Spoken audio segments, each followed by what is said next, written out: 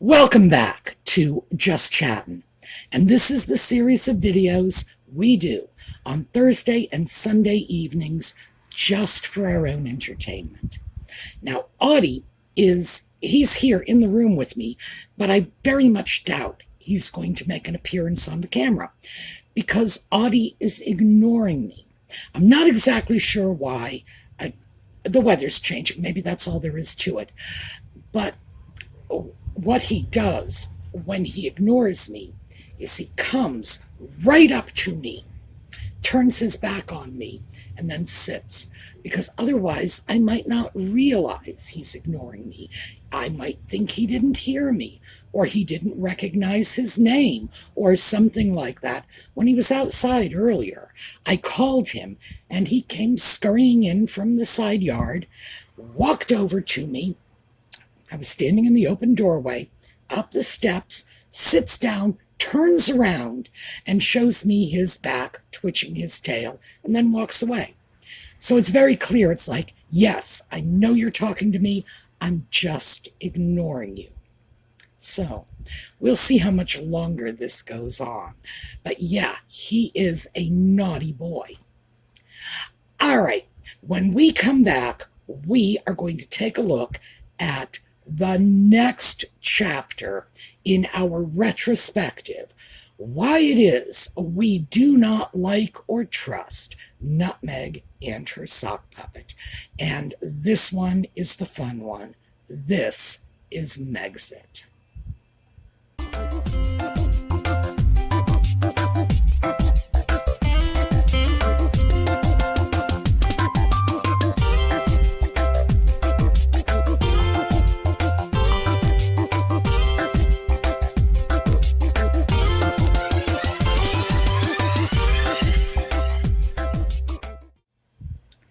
So I've been attempting to present these issues chronologically. First out there, first dealt with.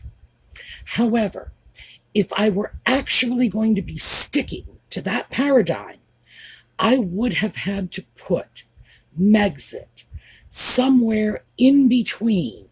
I think, well, probably right around the point at which they became engaged. Because even though none of us realized it at the time, Harry later made it abundantly clear that this is when Megxit began, right around the engagement. So, just to refresh our memories, the engagement was in late November of 2017. So now, let's just hear it from the horse's mouth. And this was years in the making.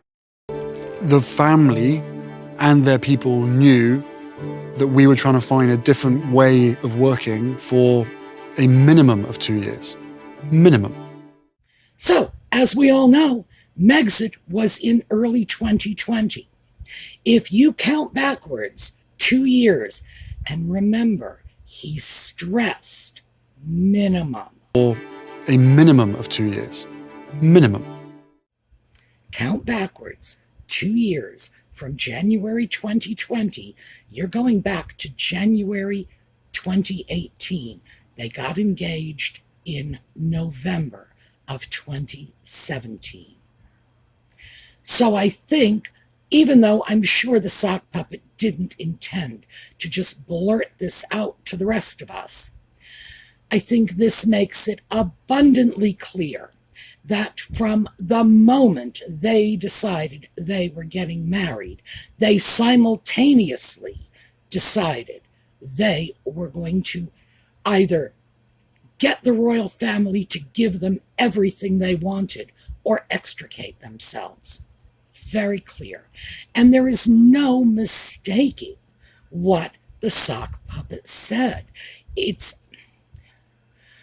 The wonderful thing about dealing with a complete moron is they're not bright enough to tell lies, even if it's in their own self-interest.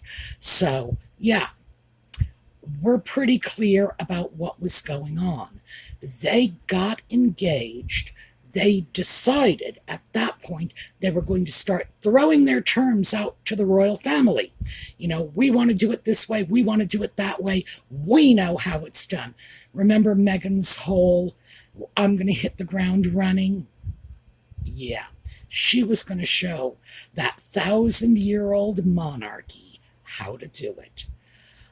What an arrogant little twit.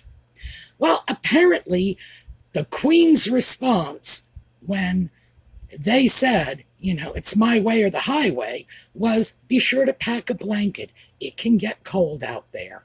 Well, I expect I'm paraphrasing, but I'm sure it was the general gist. They played brinkmanship with a woman who wrote the book on brinkmanship. It's like this far and no farther. This is a woman who did not give in to threats, to intimidation. I don't know what they were thinking. It's like you look at it and you just scratch your head and say, gosh, you know, I thought they were stupid, but this really confirms it. Yes, they were planning Megxit from the point of their engagement. We know now, and this is in retrospect because we didn't know it at the time, this was all hush-hush, that Nutmeg was meeting with people like Oprah, and I believe Gayle King was involved in this. She had retained her PR staff from when she was back in Canada with Suits, and in fact seems to have hired a new PR team somewhere in there. She never gave up the things that she had in storage in Canada, which would have been all of her clothing. She never, even though she did say she was planning to apply for British citizenship, she never even began an application process. It should have been glaringly obvious to anyone looking at it at the time. She had no intention of remaining. None whatsoever. When you relocate your whole life to another country, you pack your bags. You don't keep your U.S. attorneys who can't practice law in the UK. No, if you need legal teams, you get UK legal teams. It's that simple. So even though hindsight is 20/20, and we can now look at this and say, oh yeah, the handwriting was on the wall. We didn't know it at the time because they were determined to deceive all of us at the time.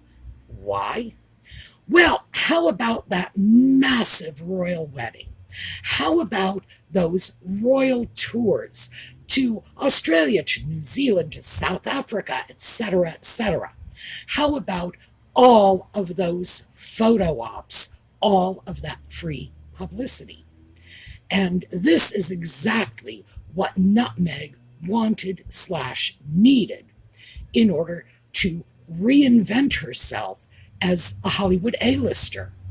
She was supposed to, well, at least in her own deluded mind, she was supposed to marry a royal, pick up a title, squeeze out a pup. Well, who knows what happened there. Get that pup titled, and we'll talk about that in a moment, and then go right back to Hollywood and take all of that massive free publicity. That is the kind of publicity money cannot buy. And then pilot that into, Nutmeg 2.0, her launch as a Hollywood icon. Well, didn't quite work out that way. So let's go back to the pup titles. Now, because this took place before Megxit, but after the wedding. So, the putative child comes along, and no matter what kind of complaints Nutmeg made to Oprah about her baby not getting a title, her baby was offered a title. Her baby was entitled by British tradition, in fact, it might even be a law, I don't know, but I do know, by British tradition, her baby was entitled to the title of Earl of Dumbarton. That's a subsidiary title of Duke of Sussex. The way it works over there is Daddy takes the chief title, the most important, the highest ranking title. And then the child next in line, presumably the heir to Daddy's title, the child gets the next most important title. And in this case, I believe there are only two. I believe that it is the Duke of Sussex, and then the subsidiary title being the Earl of Dumbarton, and I don't believe there is a third title. Now, very often there's not just one, but there are many subsidiary titles. You can be the Duke of something, as well as the Earl of something, as well as the Lord of this, that, and the other thing, or the Laird if you're in Scotland. So this has been a long-standing tradition. It was available to him. And Nutmeg is reported to have said, when she turned down the title, that no one was going to call her son dumb. She called her son Archie, and she's worried about what other people are going to call him? Good heavens. Well, it just shows what kind of plane she's playing on. They were very clear at the time. They announced the birth of their child as, quote, Master Archie Harrison Mountbatten Windsor. They, Nutmeg and the Sock Puppet, were the ones who issued that announcement. It wasn't issued for them. They did it. Their names were on the announcement. And I remember at the time thinking, well, isn't that a little snooty? Does anyone call anyone else master? And how were the optics for that going to resonate with the younger generation that can only see the term master in the context of colonial imperialism? Anyway, as I say, struck me at the time, so I actually stored that one away. So, moving forward, Nutmeg, Ginger, the putative child, flee the UK. Now, they have denied repeatedly that this was about privacy. Well, not true. Not true, because at the time, that was their chief complaint. They wanted to live their lives privately. Also, of course, they claimed that they were going to spend their time split it between the Commonwealth, presumably Canada, because that's where they fled to, and the UK. Who knows what part of the UK they were referring to, because they were no more specific about that than they were about the Commonwealth. I know our Canadian friends were undoubtedly hoping that they would be choosing some Commonwealth country far, far away from Canada, but sorry, your luck didn't hold out.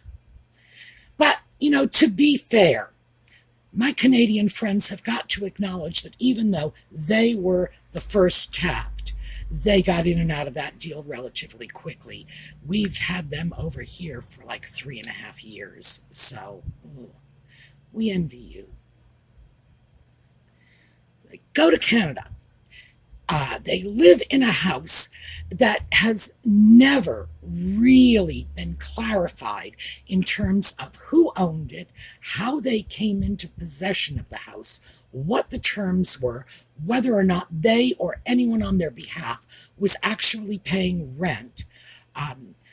Because, in fact, if they were living in Canada and intending to be there as citizens, the Canadian government has some right to claim taxes from them, even if it was only for a brief period.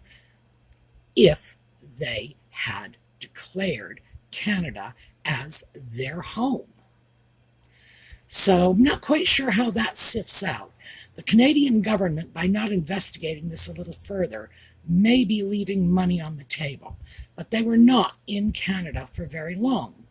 They were there briefly, long enough for Nutmeg's rather famous pap walk with a reborn doll, which I'm not going to talk about that. I've done enough about that one. But yes, pap walk with reborn doll. And I challenge anyone to dispute my findings. I laid them out for the world to see. So, at this point, they start complaining about how they are being surrounded by paparazzi.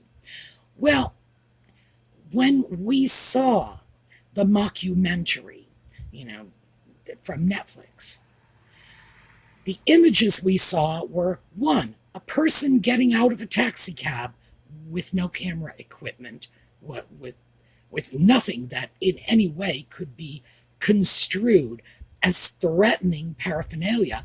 It was someone getting out of a cab at their gates. For all we know, it could have been somebody lost looking for directions.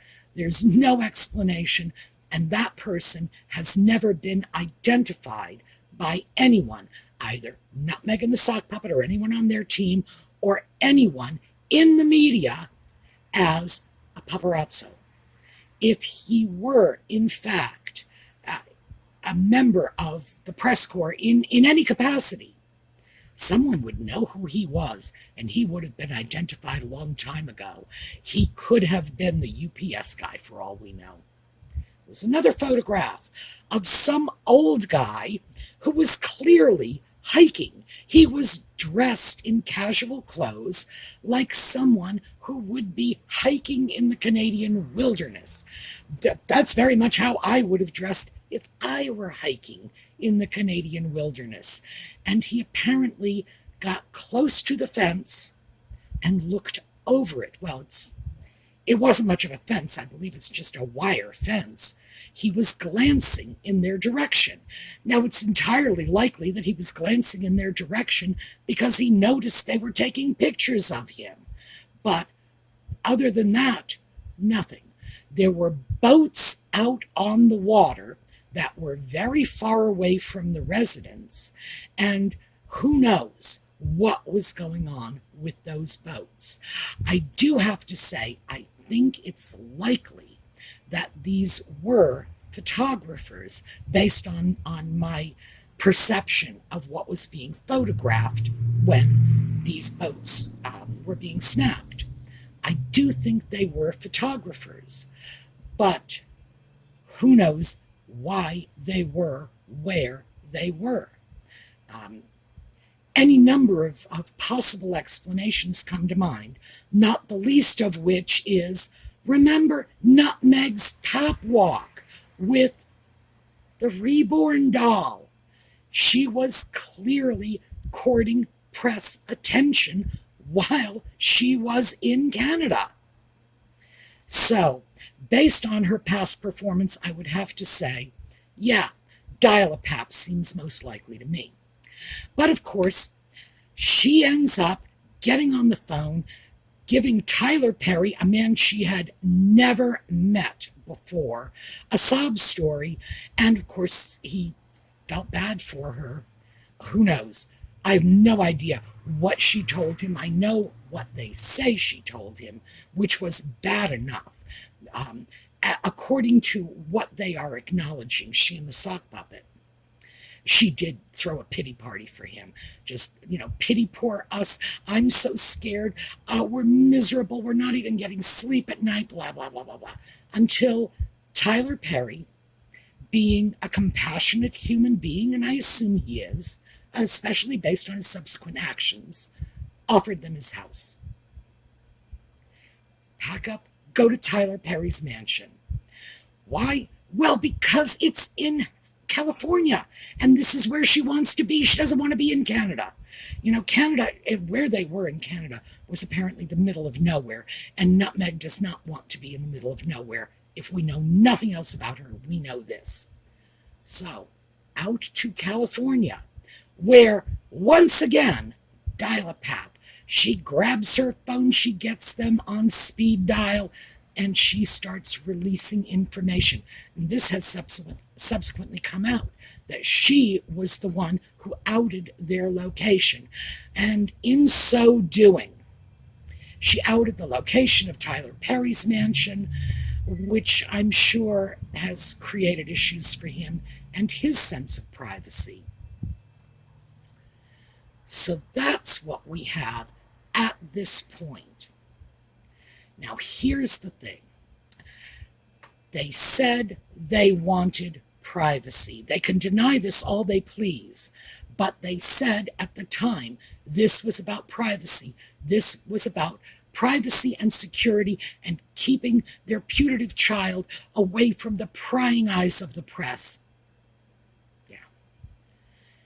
Here's the thing. If you don't want press attention, you can avoid it very, very easily. Now, for any of you who think, oh, that's easy to say, I've never been in the limelight, very true. I never have. I don't want that. Let me show you some pictures of somebody else who didn't want the limelight. So here you go. Do you know who this man is? I'm going to show you his name now. All right. Now, Carl Thomas Dean. Here are his pictures. One is from the 1970s. One is more current.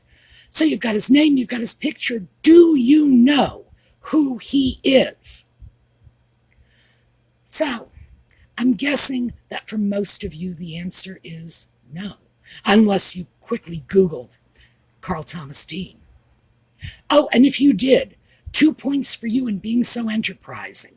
So let me show you those pictures before I cropped them. That's right. This is Dolly Parton's husband. Now, Dolly Parton has been, for the last 50 years, among the most recognizable women on the planet.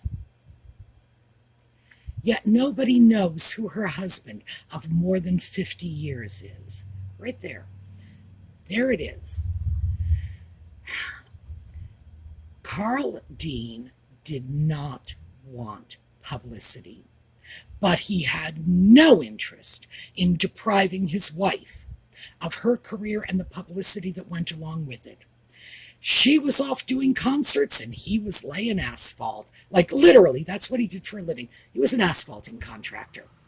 So she's on stage, he's laying driveways. What it says is that you don't have to be in the public eye if you don't want to be.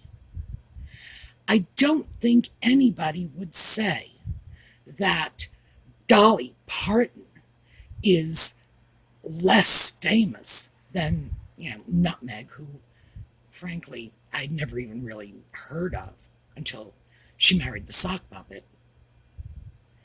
They managed to pull it off. They have managed to have a private life for 50 years. What can I tell you? Of course, it can be done. So, pulling away from that little digression, because I know there are going to be people out there saying, hey, wait a minute, even if they did say they wanted privacy, it's not so easy to get it when the paparazzi are dogging your every step. Well, yeah, actually it is. And Carl Dean proves it. Okay, so now we can walk away from that. So as we move forward, remember, they fled Canada into the United States, virtually on the eve of the border closing, which I think was exceptionally hypocritical, given their subsequent rants and ravings about how the drug companies ought to be giving away COVID vaccine for free, governments ought to be paying for it, nobody's doing enough about COVID. Well, These politicians and pharmacists might not have been doing enough about COVID, but at least they weren't trying to bypass border closings, which I think is a pretty outrageous action. So that is the real situation with Megxit. No, it's nothing like what they said it was. They were not forced out by the racist British. How could they have been? And this was concocted on the eve of their engagement, long before anybody even knew the first thing about nutmeg. So where was the concerted effort to vilify her, to make her look bad in the press, to criticize her ethnicity? It wasn't there. It hadn't happened. This all took place before anyone even knew what was going on with the two of them. So, yeah. And thank you, you crazy sock puppet, because if we couldn't count on your stupidity in spilling the beans without thinking, we might not have this little tidbit. This, by the way, I think is one of the most important points. Everything they said about Megxit after the fact was total fabrication, because as the sock puppet said himself, they were planning it virtually from the moment at which they became engaged. So everything else is just ex post facto reasoning.